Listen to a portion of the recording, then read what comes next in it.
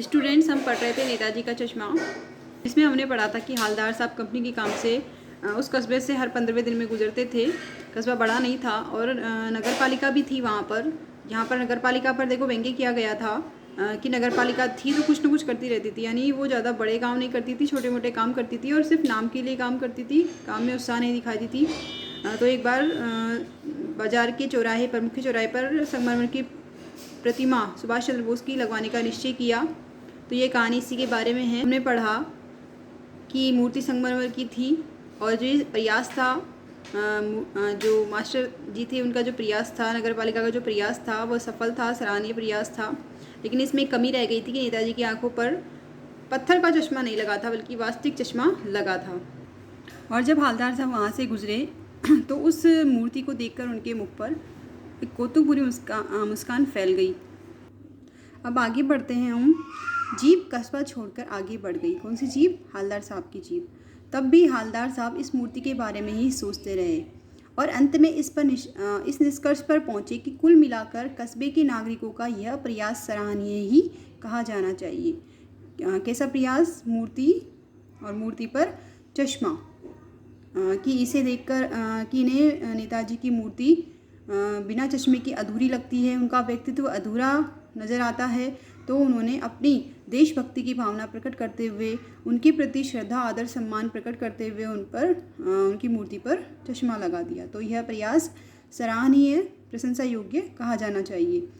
महत्व मूर्ति के रंग रूप या कद का नहीं है, उस भावना का है, वरना तो देशभक्ति भी आजकल मजाक की चीज़ होती जा रही है। यानी उस भावना का, जो भावना वहाँ के निवासियों ने, वहाँ के नागरिकों ने मूर्ति के प्रति प्रकट की है, सुभाष चंद्र बोस के प्रति प्रकट की है, वरना तो ये पंक्ति ध्यान रखना, ये वाक्य कि देशभक्ति भी आजकल मजाक की चीज़ होती जा रही है। लोग क्या करते हैं कि जो सच्चे देशभक्त होते हैं, जो देश के लिए कुछ कार्य करते हैं, अच्छे कार्य करते हैं, उनका लोग मजाक बनाते हैं, उन्हें मूर्ख कहते हैं, अच्छे प्रयासों को अनदेखा करते हैं, देश की बुराई करते हैं। तो देशभक्ति आजकल क्या हो रही है? मजाक की चीज़ होती जा रही है। दूसरी बार जब हालदार साहब उधर से गुजरे तो उन्हें मूर्ति में कुछ अंतर दिखाई दिया। ध्यान से देखा तो पाया कि चश्मा दूसरा है, यानी पहले चश्मा अलग था। कैसा चश्मा था पहले? चौड़े काले फ्रेम का चश्मा था और अब पहले मोटे फ्रेम वाला चौकोर चश्मा था, चौड़ा चौकोर। अब तार के फ्रेम वाला, अब क्या है? तार के फ्रेम का गोल चश्मा है। हालदार साहब का कौतुक और बढ़ा। क्या कौतुक क्या जानने की इच्छा बढ़ी कि ये चश्मा क्यों बदल रहा है बार बार? ठीक है, पहले चश्मा अलग था, अब चश्मा अलग है, ऐसा क्यों? वाह भाई, क्या आइडिया है। मूर्ति कपड़े नहीं बदल सकती लेकिन चश्मा तो बदल ही सकती है। समझ में आ गया होगा। आगे देखो, तीसरी बार फिर नया चश्मा था। जब तीसरी बार फिर से निकले तो फिर अलग चश्मा था। हालदार साहब की आदत पड़ गई, ध्यान रखना, आदत कौन सी आदत पड़ गई कि हर बार कस्बे से गुजरते समय चौराहे पर रुकना, पान खाना और मूर्ति को ध्यान से देखना। यानी जब भी कस्बे से गुजरते थे चौराहे पर पान खाने के लिए रुकते थे और मूर्ति को ध्यान से देखते थे, ये उनकी आदत पड़ गई थी। एक बार जब कौतूहल दुर्दमनीय हो उठा, यानी उनकी जो मन में जो जिज्ञासा थी, कौतूहल था, वो दुर्दमनीय यानी सहन करने के योग्य, अब दमन नहीं की हो रहा था उनसे, उनकी कौतूहल का। तो उन्होंने पान वाले से पूछा। किससे पूछा? पान वाले से पूछा। क्यों भाई, क्या बात है? यह तुम्हारे नेताजी का चश्मा हर बार बदल कैसे जाता है? जब उनका उनके कौतूहल का उनसे दमन नहीं हो रहा था, उनसे रहा नहीं जा रहा था, तो उन्होंने पान वाले से पूछ लिया कि नेताजी का चश्मा बार बार क्यों बदल जाता है। अब पान वाले के बारे में देखो, पान वाले का व्यक्तित्व कैसा बताया है, ध्यान रखना इसे भी। पान वाले के खुद के मुंह में पान ठुसा हुआ था, यानी उसने पान खा रखा था मुंह में। वह काला मोटा खुश मिजाज, हमेशा खुश रहने वाला, जैसे कि पान वाले का व्यक्तित्व दिखाया जाता है, हम टीवी में देखते हैं। तो काला मोटा खुश मिजाज आदमी था, मुंह में पान ठुसा हुआ था। हालदार साहब का प्रश्न सुनकर वह आंखों ही आंखों में हंसा, यानी वो मन में कोई बात सोच रहा था, तो उस बात से उसे हंसी आ गई मन ही मन में। उसकी तौंद थिरकी, हंसने से उसकी तौंद यानी पेट जो निकला हुआ था वो थिरका, यानी वो भी हिला। पीछे घूमकर उसने दुकान के नीचे पान थूका और अपनी लाल काली बतीसी, पान खाने के कारण जो उसके दांत थे वो लाल काले हो गए थे, लाल काली बतीसी दिखाकर बोला, कैप्टन चश्मे वाला करता है। पान वाले के बारे में बताया गया है कि काला मोटा खुश मिजाज है और हमेशा मुंह ठूसा रहता, पान मुंह में ठूसा रहता है और जब भी बात करता है तो थूकता है और लाल काली बत्ती सी बताते हुए बोलता है। तो उसने क्या कहा कि एक कैप्टन चश्मे वाला है, वह करता है, क्या करता है हवलदार साहब कुछ समझ नहीं पाए। तो पान वाला कहता है चश्मा चेंज कर देता है। पान वाले ने समझाया। हवलदार साहब कहते हैं क्या मतलब, क्यों चेंज कर देता है। हवलदार साहब अब भी नहीं समझ पाए, उन्हें समझ में नहीं आया कि जो कैप्टन चश्मे वाला है क्यों चेंज करता है। अब पान वाला जो है वो कहता है, कोई गिराक, अपनी लैंग्वेज में कहता है वो, कोई गिराक आ गया समझो, गिराक यानी ग्राहक, कोई गिराक आ गया समझो, उसको चौड़े चौखट चाहिए, यानी चौड़े फ्रेम वाला चश्मा चाहिए। तो कैप्टन किधर से लाएगा, यानी कहाँ से लाएगा। तो उसको मूर्ति वाला दे दिया, यानी नेताजी की मूर्ति पर लगा हुआ चश्मा उस ग्राहक को दे दिया और उधर दूसरा बिठा दिया, यानी मूर्ति पर दूसरा चश्मा लगा दिया। अब हवलदार साहब को कुछ समझ में आई। अब उन्हें क्या समझ में आया, यहाँ देखो, एक चश्मे वाला है जिसका नाम कैप्टन है, उसे नेताजी की बगैर चश्मे वाली मूर्ति बुरी लगती है, अच्छी नहीं लगती, बल्कि आहत करती है, दुखी करती है। क्यों दुखी करती है कि जिन सुभाष चंद्र बोस ने देश के लिए महत्वपूर्ण योगदान दिया, देशवासियों को आज़ादी के लिए संघर्ष करने के लिए एकत्रित किया, उनमें देशभक्ति की भावना जागृत की, तो उन नेताजी की जो मूर्ति है वो बिना चश्मे के, उनके व्यक्तित्व के बिना लगती है, तो उन्हें कैप्टन को वो मूर्ति बुरी लगती है, दुखी भी करती है, मानो चश्मे के बगैर नेताजी को असुविधा हो रही हो। इसलिए अपनी छोटी सी दुकान में उपलब्ध गिने चुने फ्रेमों में, यानी कुछ ही फ्रेम थे उसके पास, में से एक नेताजी की मूर्ति पर फिट कर देता है। लेकिन जब कोई ग्राहक आता है तो उसे वैसे ही फ्रेम की दरकार होती है जैसा मूर्ति पर लगा है। तो कैप्टन चश्मे वाला मूर्ति पर लगा फ्रेम संभवतः नेताजी से क्षमा मांगते हुए लाकर ग्राहक को दे देता है। बाद में नेताजी को दूसरा फ्रेम लौटा देता है। वाह भाई, खूब, क्या आइडिया है। क्या कह रहे हैं यहाँ पे कि एक चश्मे वाला है, उसका नाम कैप्टन है, और जब कोई ग्राहक आता है, उसकी चश्मे की दुकान है, छोटी सी दुकान है, और उसे नेताजी की मूर्ति बिना चश्मे के बुरी लगती है, उसे दुखी करती है, उसे लगता है कि मानो नेताजी को बिना चश्मे के असुविधा हो रही है। तो वो जब कोई ग्राहक आता है तो ग्राहक को वही चश्मा पसंद आता है जो मूर्ति पर लगा हुआ होता है, तो मूर्ति पर से चश्मा हटाकर ग्राहक को दे देता है और नेताजी की मूर्ति पर दूसरा चश्मा लगा देता है। ठीक है, लेकिन भाई एक बात अभी भी समझ में नहीं आई। हवलदार साहब ने पान वाले से फिर पूछा, यानी फिर पूछता है कि नेताजी का ओरिजिनल चश्मा कहाँ गया। पान वाला दूसरा पान मुंह में ठूस चुका था, यानी दूसरा पान उसने खा लिया था। दोपहर का समय था, दुकान पर भीड़ भाड़ अधिक नहीं थी। वह फिर आंखों ही आंखों में हंसा, यानी कोई बात सोचते हुए हंसता है। उसकी तोंद थिरकी, कत्थे की डंडी फेंक, कत्था जो पान में लगाया जाता है, पीछे मुड़कर उसने नीचे पीक थूकी, पीक यानी थूक, जो मुंह में भरा हुआ था उसने थूक दिया और मुस्कुराता हुआ बोला, मास्टर बनाना भूल गया। क्या कहा उसने कि नेताजी का ऑरेंज चश्मा जो मास्टर मोतीलाल थे उन्होंने बनाना ही भूल गया। पान वाले के लिए मज़ेदार बात थी, लेकिन हवलदार साहब के लिए चकित द्रवित करने वाली। क्वेश्चन बन सकता है कि कौन सी बात पान वाले के लिए मज़ेदार थी लेकिन हवलदार साहब के लिए चकित और द्रवित करने वाली थी।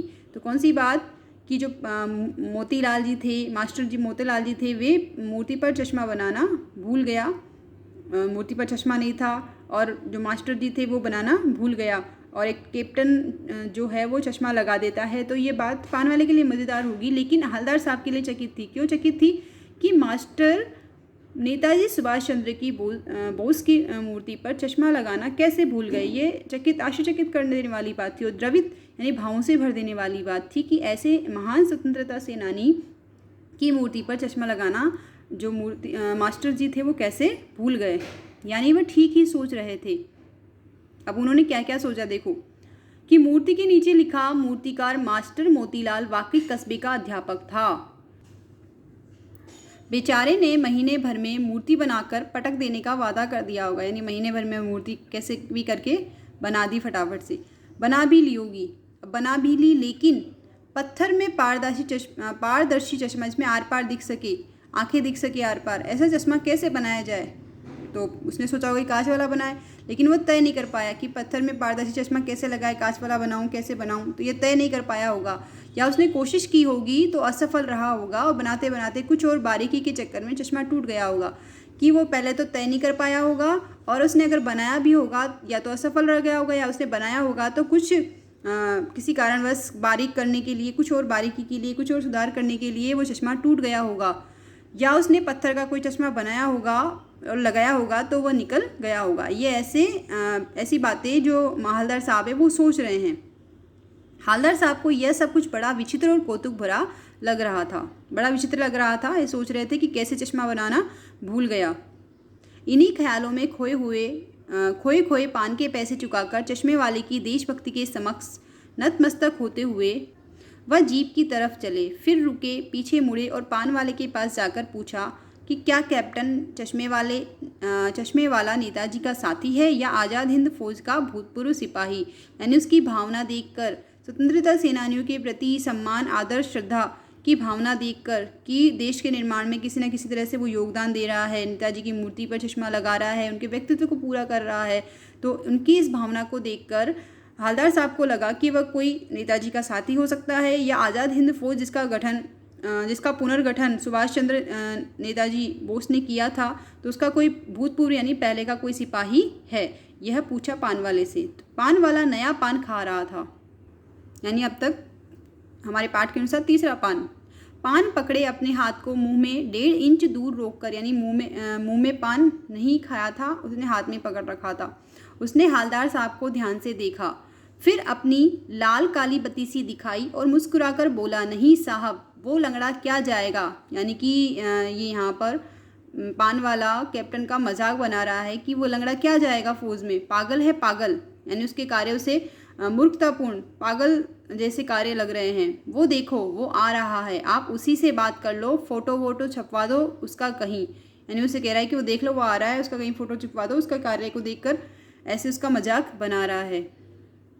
पान वाले में तो अगर हम इस पंक्ति की बात करें कि हमारा दृष्टिकोण क्या है, तो पान वाले में तो देशभक्ति की भावना थी नहीं, और कैप्टन चश्मे वाला जो देशभक्तों का सम्मान करता है, देशभक्ति की जो भावना है, उनका भी वह मजाक बना रहा है, जो हमारी दृष्टि में अनुचित है, उचित नहीं है। आगे देखो, हवलदार साहब को पान वाले द्वारा एक देशभक्त का इस तरह मजाक उड़ाया जाना अच्छा नहीं लगा। यानी हवलदार साहब को जब पान वाले ने इस देशभक्त का, कैप्टन का मजाक बनाया, तो ये बात हवलदार साहब को अच्छी नहीं लगी। मुड़कर देखा तो अवाक रह गए। जब उन्होंने मुड़कर देखा तो अवाक यानी बिना बोले, मुंह से शब्द ही नहीं निकल रहे थे। किसे देखा उन्होंने? कैप्टन को देखा। अब देखो, कैप्टन का व्यक्तित्व बताया जा रहा है कि वह कैसा था। एक बेहद बूढ़ा, मरियल सा यानी कमज़ोर, लंगड़ा आदमी, सिर पर गांधी टोपी और आंखों पर काला चश्मा लगाए, एक हाथ में एक छोटी सी संदूकची, यानी संदूक पेटी जो होती है, लोहे की पुरानी सी संदूकची, और दूसरे हाथ में एक बांस पर टंगे बहुत से चश्मे लिए अभी अभी एक गली से निकला था। देखो, यह लंगड़ा है, मरियल सा है, कमज़ोर सा है, बूढ़ा है, ये संदूकची रखी हुई है, आंखों पर काला चश्मा लगाया हुआ है, ठीक है, और ये बांस पर टंगे हुए कुछ चश्मे हैं, ठीक है। तो ये जो कैप्टन है उसका व्यक्तित्व है। देखते हैं आगे। एक गली से निकला था और अब एक बंद दुकान के सहारे अपना बांस टिका रहा था। दुकान के सहारे अपना बांस टिका दिया, और तो इस बेचारे की दुकान भी नहीं, यानी दुकान भी नहीं है, बांस पे टंगे हुए कुछ फ्रेम है, ठीक है, और उन्हीं को लेकर वो फेरी लगाता है। हवलदार साहब चक्कर में पड़ गए, पूछना चाहते थे इसे कैप्टन क्यों कहते हैं। यानी वो सोच रहे हैं कि इसका नाम कैप्टन क्यों है, क्या यही इसका वास्तविक नाम है। लेकिन पान वाले ने साफ बता दिया था कि अब वह इस बारे में और बात करने को तैयार नहीं है। ड्राइवर भी, क्योंकि उसे तो मज़ेदार बात लग रही थी, ठीक है, उसे तो अपनी वैसे भी दुकान संभालनी थी, तो उसे इसमें रुचि नहीं थी कैप्टन के बारे में बात करने में, तो वह मना कर देता है कि मुझे अब इस बारे में कोई बात नहीं करनी है। ड्राइवर भी बेचैन हो रहा था और काम भी था। हवलदार साहब जीप में बैठकर चले गए।